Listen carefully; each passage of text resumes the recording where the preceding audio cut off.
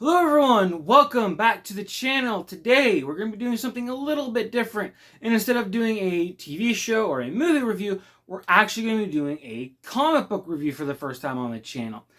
And the one we're going to be taking a look at is going to be this, Batman 158 Hush 2 Part 1. Now, why am I deciding to make this the first comic review on the channel? A little bit of background. As you guys, if you've watched any of my other videos, or you can just see behind me, I'm a massive comic book fan. I'm a massive nerd. I love like figures, movies, shows, games, comic, all that. I love comics, especially. And one of my all-time favorite stories, because I'm a huge Batman fan, he's my favorite character, always has been, always will be. One of my favorite Batman stories, one of the most definitive Batman stories in my opinion, is Batman Hush. It's the first, big, epic Batman story that I actually got to keep up with and read as a kid. I was a little bit too young to be there for the whole Nightfall trilogy. I was kind of spotty in keeping up with No Man's Land because there was a lot going on in No Man's Land. Hush was the first one where I actually got to, keep up with it month to month. And I love it. I always have, always will. I feel this book is what made me a huge Jim Lee fan. He is to this day my favorite comic book artist, my favorite Batman artist. And it's what made me at one point want to be a comic book artist. We'll get more on that in a second. Because I remember when I was with my grandma, when I was younger, going to pick up my mom from work. And she comes out of work and she hands me this. This is my actual one from when I was a kid. And I remember looking at this cover, it blew me away as a kid. I didn't know that comic books could look like this. I didn't know comic book art was like this. This was a thing. And I just looked at it and I went, I want to do this someday. That would be so cool. I gotta know who drew this. So of course I did some digging, checked out the credits and saw it was Jim Lee. Started looking at more of Jim Lee stuff and I became a massive fan ever since.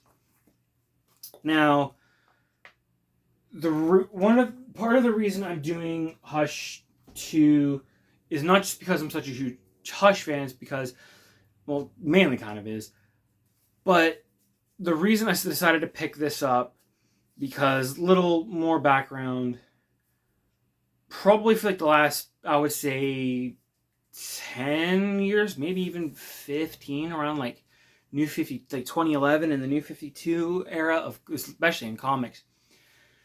Entertainment, whether it be movies, comics, shows, games, whatever you want to say, have just gotten very bad.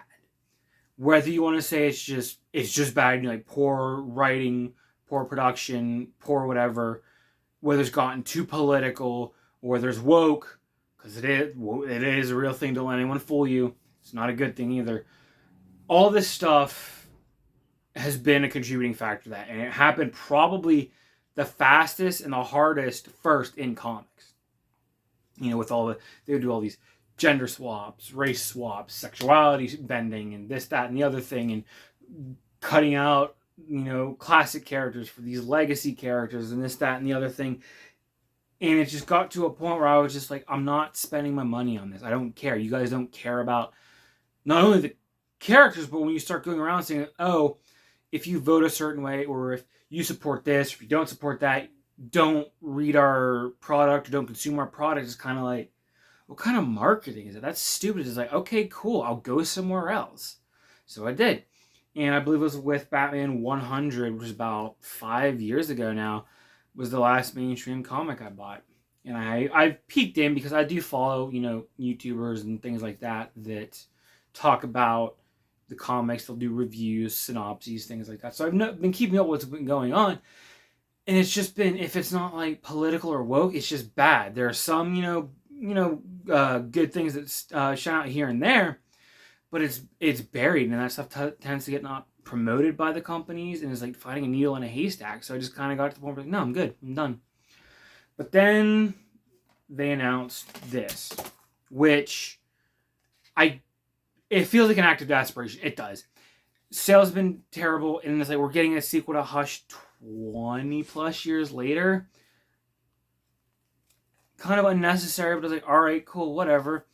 I saw this and I heard about this and I figured, okay, this will be the last chance I give to DC. Because I've already caught out of Marvel because the dumb crap that they're doing. And I might actually talk about that later on in another video.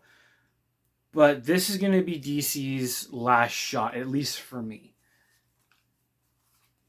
And I'm going to stick through it. I'm going to stick through it for all, because it's supposed to be like 12 issues.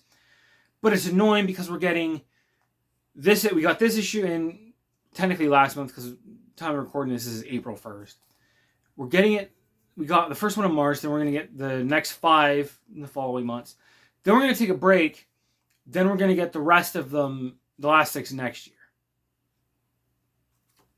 That's such a dumb idea. Now, I have heard rumors, I don't know how true this is, that maybe it's because they're doing a DC Marvel crossover towards the end of the year, and that could be why they're taking a break to let that come through, which, sure, whatever. I mean, Jim Lee is notorious for not getting his work done on time because of, how detailed he is, and also apparently he's not the most motivated sometimes. I don't know. So maybe that'll at least help making sure that the book gets done on time. So, all that being said, what did I think about Hush 2 #1? It's okay. It's fine. Nothing crazy, nothing terrible. I didn't love it. Wasn't offensively bad or anything.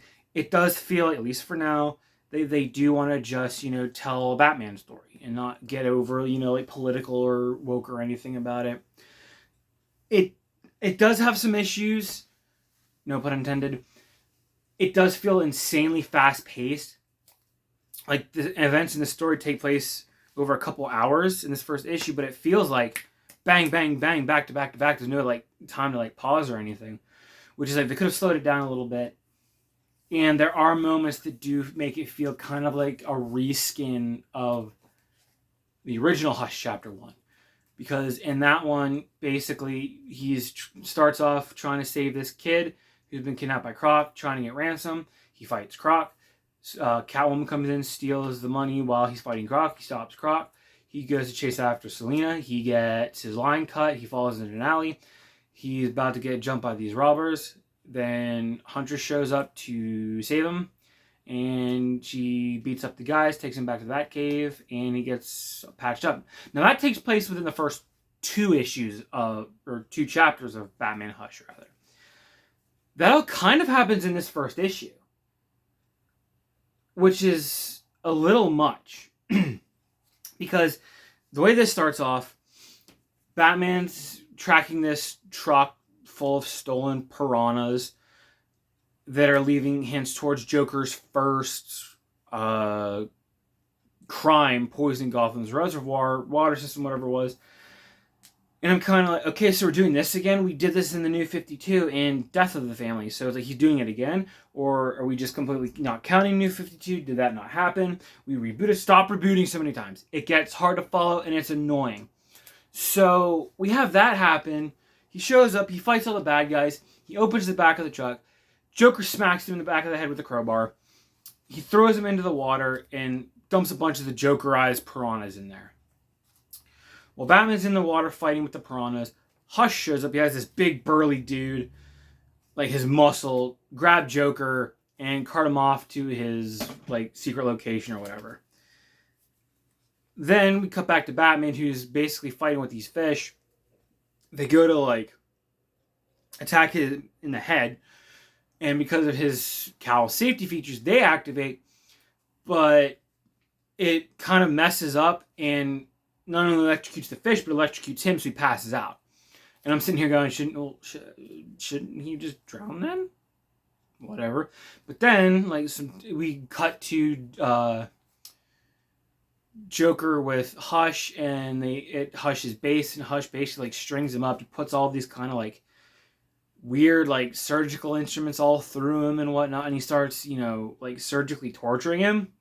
He's taking scalpels and stabbing him and cutting him in certain spots and things. And he says to him, after all this, you'll have about maybe 2 to 3 hours at worst before you completely bleed out, maybe a day at best. It'd be a shame. Who, if you had someone to care about you, who's going to really care? And then it cuts back to Batman, who gets saved by Talia, conveniently. Like, this chopper shows up, pulls him out, she gives him CPR, he wakes up and he goes, Talia, what are you doing here? Where's Joker? What's going on? You keep track of me or something? I'm kind of sitting here going, yeah, that's my reaction too, Bats. And she goes, yeah, of course I'm tracking you and keeping an eye on you. You're the father of my son. I have a vested interest in what's going on with you. It'd be better if nothing bad happens to you. And this is where it kind of feels like, just a reskin of the first part of the first Hush, except it flowed better in the previous one because Batman gets knocked unconscious. His comms go out for a while. Oracle then zeroes in on his location and calls the member of the Bat family who's closest to him, which was Huntress. She shows up and helps him. It feels a little more natural, whereas this, like I said, it feels kind of convenient. But I don't know, maybe I'm just being overly critical. So he gets back to the Batcave, and he swaps out suits, and he's analyzing the circuitry of the suit, and he mentions that when Joker hit him, the suit's circuitry got compromised, which is why it shocked the Fish and him. How did this happen? Did the Joker know exactly where to hit, or did he just get lucky? And I'm also kind of going, yeah, good question. Kind of weird. Again, kind of convenient. And then Nightwing and Barbara are trying to kind of communicate with him while he's unconscious in the water. They kind of pop on through the communicator screen thingy, whatever. And they're like, oh, cool, we got a hold of you. And Batman's like, what are you talking about? He goes, well, and they're like, well, we were trying to contact you for a while, but you wouldn't come through. We weren't able to get a hold of you. And Batman immediately is just like, oh, we've been compromised. Shut everything down. Cut communication. Bye. And it just kind of felt very abrupt and out of nowhere, almost. It felt like they could have built up to that a little bit, maybe another page or something, a few more panels. It just kind of feels like it just happens. And you also see the Joker's shoe that I guess either it got left with him or he brought with him. I can't remember. I don't know. It was kind of unclear. He looks at it. He sees there's mud on it, analyzes the mud and what all is in the mud. He comes to the realization that all the things that are in that mud are very circus-based, but since the circus is in town, is more likely this abandoned amusement park, which is Amusement Mile, which, other Batman, like the Arkham games and comics and things, which cool throwback. So he goes there, he gets to the circus place, and of course there's a bunch of death traps. He's bobbing and weaving through all the death traps. He fights all these animatronic, Joker mannequin things that are shooting at him, and he takes them out. He's crashing through the funhouse mirrors and stuff. He gets in all the while you hear Joker basically giving a monologue. This whole scene is very Dark Knight Returns, Killing Joke-esque, which was kind of cool. It was alright. He gets to the end of it and he sees Joker strung up, with all the surgery, the cuts and the bleeding and stuff. And he sees Joker and he looks at him and he goes, who would do this? Who could do this? And then he realizes the only person who could do it with this kind of surgical precision would be my former childhood friend, Tommy Elliott, which means that Hush is back. And that's where it ends. Again, the pacing is a little fast. They could have slowed it down a little bit. And even the last of it, it ends, and then because this whole first part right here, this is all Hush too. This is two different previews, and I'm like, $5? Take all this crap out. I don't need it. And giving him a few extra pages in the book to maybe pad it out a little bit, maybe, have the flow go a little bit better and pace it a little bit easier. But I mean, it was fine. I didn't hate it, didn't love it, wasn't offensive. Is it worth, do I recommend you checking this out? If you have a friend who has this issue and can borrow it, sure. If you have a local comic book shop and you can read a copy there, sure. I don't know that I would recommend paying $4.99 for this. $5 for this, I don't know. I only got this, like I said, because I'm such a huge Jim Lee, Jeff Loeb, Hush Batman fan. And I did get a bunch of the variant covers because, again, Jim Lee fan. So, I know, kind of hypocritical of me saying it. But that's why I'm doing the review, so you guys know. I wouldn't spend $5 on this. I think $5 on a comic book, when this is a standard floppy size, is overpriced. It's too much. It's not worth it. It's fine. I liked it, but I don't know. $5, really? But it was solid. I mean, Jim's artwork does look great in this. He does look like he's really trying to make it look good. And I do like, and this is something I want to talk about. It's kind of funny because in this scene here where he goes back to the Batcave and he swaps out the bat suit, putting on the mask, and you see this new bat suit. It felt kind of reminiscent of the Hush animated movie, which is garbage. It's terrible. It ruins the story. You can't take a 12-issue comic book arc and condense it into a 75-minute movie. It doesn't work. They cut out about half of the story, and they even changed who Hush was at the end. That was stupid. But in that story, because it's tied into the DC animated movie universe at the time, and those movies had a continuity, Batman was in kind of a New 52 like armored style costume. After he gets taken to the Batcave and patched up, he swaps to basically like this costume, like this literal costume that he wears in Hush. You know, short ears, blue and gray costume, the large bat around the chest without the oval, and the pouch belt. Because apparently that one has more padding than the armored suit. I don't know. So it was kind of like when he swaps from this, because he starts off the issue in this. Let me see here if I can show you a shot. Yeah, like you can see, you know, he's in like the blue and gray. He's in like the regular, like just like cloth, you know, pouch belt and all that. And then he swaps over to this. It kind of made me feel like that. Kind of. I don't know if that's what they were trying to do, but that's kind of where my brain went. And I do think it is kind of funny. Again, like Jim Lee designed the suit for this comic, and DC's been touting this whole new Batman look coming, which I believe is like after like the first half of this story, when he's basically just in this bat suit with a more stylized bat signal and like a more techie looking belt. But it's the new bat suit, yet it's the same thing with a couple tweaks. This is more of a new suit, and I actually like this because it's black and gray, which I prefer. It has the pouch belt, which I like that it has some armor. It's not overly armored, but I like that the oval bat signal came back. We haven't seen that, I think, consistently since like, what was it, like 2010 when he's in the Batman Inc. bat suit.